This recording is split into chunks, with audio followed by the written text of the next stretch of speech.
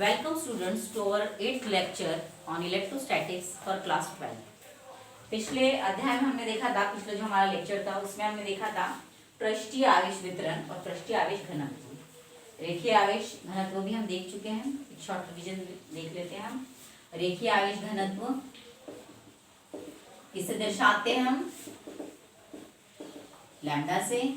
Lambda बराबर क्या होता है? Q/L, या अगर हम अल्पांश के रूप में देखें तो dQ/dL, यानी एकांक लंबाई पर स्थित आवेश को ही हम क्या कहते हैं? रेखीय आवेश घनत्व कहते हैं। अब हम मान रहे हैं कि कोई 2 मीटर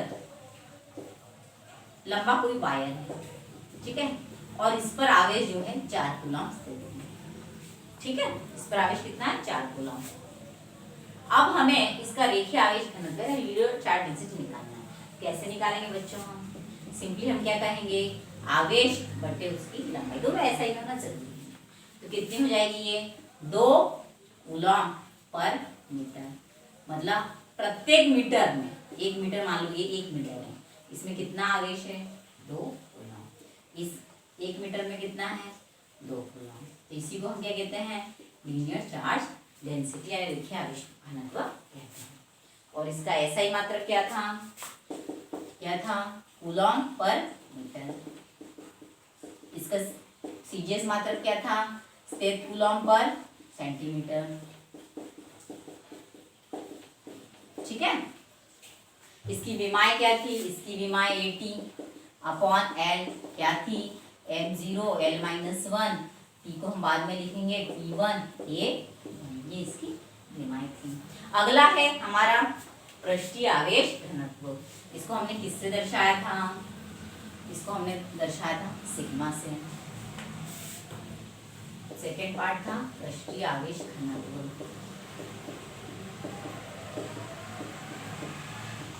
यानी सरफेस चार्ज डेंसिटी।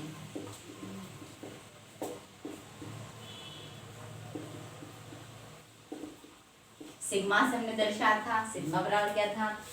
एकांक क्षेत्रफल पर उपस्थित आवेश की मात्रा को ही हम क्या कहते हैं? पृष्ठीय आवेश घनत्व, ठीक है।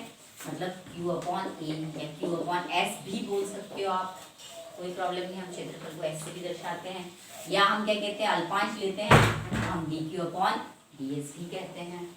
हम मानेंगे कि मान लो एक क्षेत्रफल है 4 मीटर स्क्वायर क्षेत्रफल, और इस पर आवेश कितना है? 16 कूलम। तो इसका पृष्ठीय आवेश घनत्व कैसे निकालेंगे हम स्टूडेंट्स? बहुत आसान है। सिग्मा बराबर हम क्या करेंगे? टोटल आवेश कितना? 16 कूलम अपॉन इसका क्षेत्रफल कितना है? 4 मीटर स्क्वायर। तो ये कितना आएगा? 4 कूलम पर मीटर स्क्वायर। मतलब 1 मीटर स्क्वायर के एरिया पर कितना आवेश फैला हुआ है? 4 कूलम। तो ये क्या होगा? उसका पृष्ठीय आवेश घनत्व। इसका SI मात्रक क्या था? Coulomb per metre square. CGS मात्रक आप सिंपली बता सकते हो, कूलम का हो जाएगा स्थित कूलम, और मीटर स्क्वायर का क्या हो जाएगा? Centimetre square.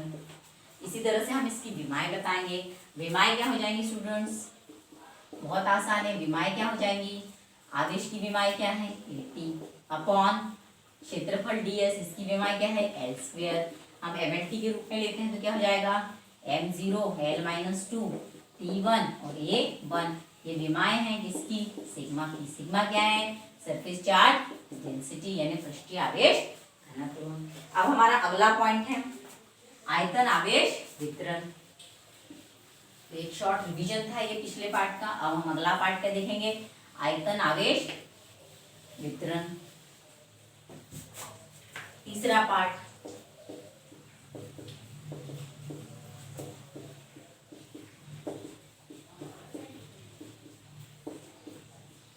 यानी वॉल्यूम चार्ज डिस्ट्रीब्यूशन।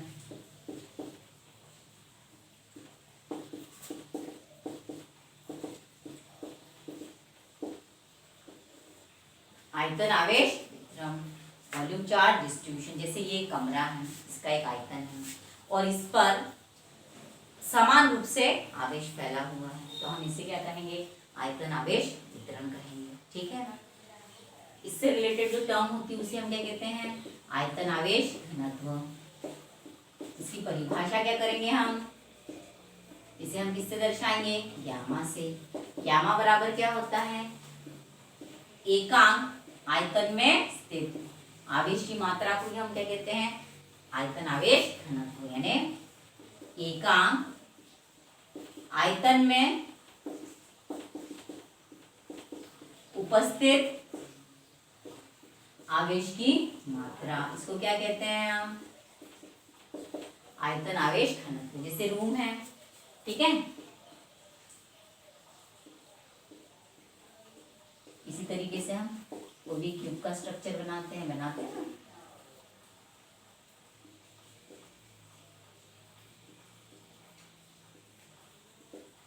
यहाँ पर एक छोटा एकांक क्षेत्र, एक छोटा सा मान लो,